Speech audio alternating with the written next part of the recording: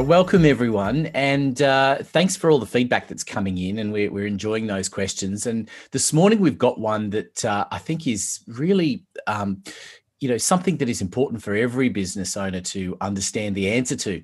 When should you borrow to invest or upgrade in systems? And it's a really important question because no matter what your business, there are systems that you need, and they're continually going to evolve and adapt. The question is, when do you borrow? I guess the person to start with is the finance guy. Pierre, what's your answer to this one?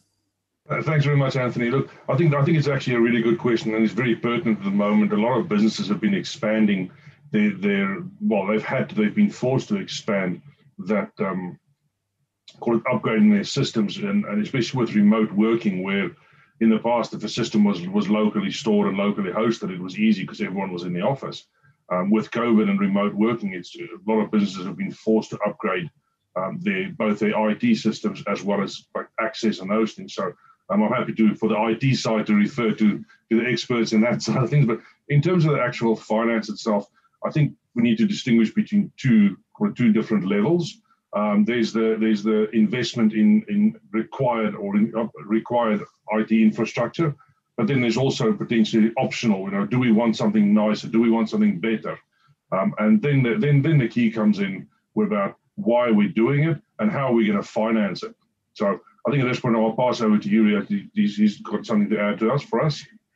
Yes, I absolutely agree with you on the subject that some of them are optional, and one of the biggest traps that I already mentioned previously, where lots of business owners fall, is chasing the technology as a silver bullet for every problem. So chasing the technology, as Eyal said previously, is a tool. And it helps to solve the problem, but it doesn't solve the problem itself.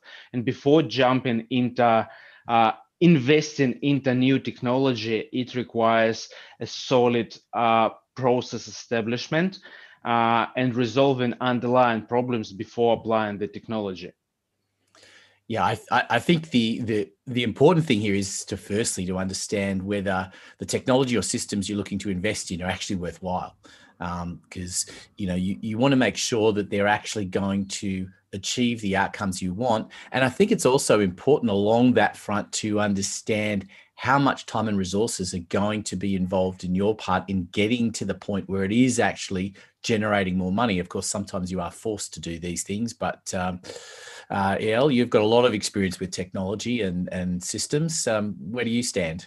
Yeah, I think, and I want to take it back to the question. So, which was when should you borrow, and should I borrow at all in order to upgrade my system? So it really depends on the business and on the business cash flow, on the day-to-day finances and running the business, and whether one can afford to borrow, or the other side of it, can we afford not to borrow and upgrade our systems? Because sometimes businesses are in a situation where there is no other way but upgrading the systems in order to take the business forward. And I think it's related to the financial status of the business, and maybe Pierre can shed more information on that. Thanks, Al. Look, I think, well, to be honest with you, the whole topic about business borrowing and especially in the current environment where there's quite a bit of cheap lending out there. I think, but at the same time, businesses are struggling because you've got to get your finance sorted out. The whole borrowing side of things, or getting finance from a bank, is potentially another, although I was going to say a 5-hour podcast, but we don't really want to get into that too much today. For me, the big thing here is when businesses are looking at financing something, is to make sure that whatever you're investing in is actually going to give the return that it needs to from that point of view, because you've got to have improvement in systems, you've got to have that gain that will offset any potential borrowing costs, as well as the capital repayments for that loan. So from that point of view, that's something that I think sometimes business owners forget. They say, oh, money's cheap, let's borrow some money, but at the end of the day, it's still going to be repaid. So unless you get the gain from the improvement in the system, then it's potentially a false economy. You ready? I look at this subject from two perspectives, one from the bigger businesses and one from the probably micro business. When business is big and upgrading the systems becomes quite an expensive exercise, and this is where for the big business, just to maintain healthy cash flow, that could be a good option, just to stretch the payments and borrow money to upgrade the system, because it requires quite significant investment. At the same time, yes, as you said, it must pay for itself eventually, so it shouldn't be the pure cost, it should be an investment. From the micro business perspective, there are lots of systems relatively cheap, and for the micro business, if business requires the system that it cannot afford at that level, that probably would be a lot of overhead. The only condition I can see there, again, because of cheap money to borrow, and where borrowing costs are not that high, it may make a sense to just stretch a payment to maintain cash flow. But when it comes a real burden, borrowing money, that's probably when you don't need to consider that at micro level. Bigger businesses have a little bit different perspective on that. Anthony? Yeah, look, I want to put a bit of a marketing spin on it because when should you borrow? Yes, there's the financial side, but I think you've also got to consider the story that you tell around it. No matter what you're buying, whatever system, whether it's it's something that's more hidden, an IT system, or whether it's something that's more visible, you want to be able to say to your clients, to your audience, that it's giving you an edge or that it's giving you security. You want them to understand that you're keeping up, that you're staying ahead, that you're bringing in new things. There's a story to tell, and that can often be really important in ultimately gaining the success from it, even if it's a back-end system that is really about, securing things that's not going to have an obvious impact on the clients. There's still a story to tell. And I think that that's important because it really brings everyone along for the ride. And it also helps you keep a focus on the fact that it's got to deliver. No matter what it is, it has to deliver, because if you're putting yourself in a financial situation where you need to borrow or you're eating into savings or whatever it is, then you want to be able to get value from what it actually does and by telling people about it as well. So I think there's an important elements to think about with all of that.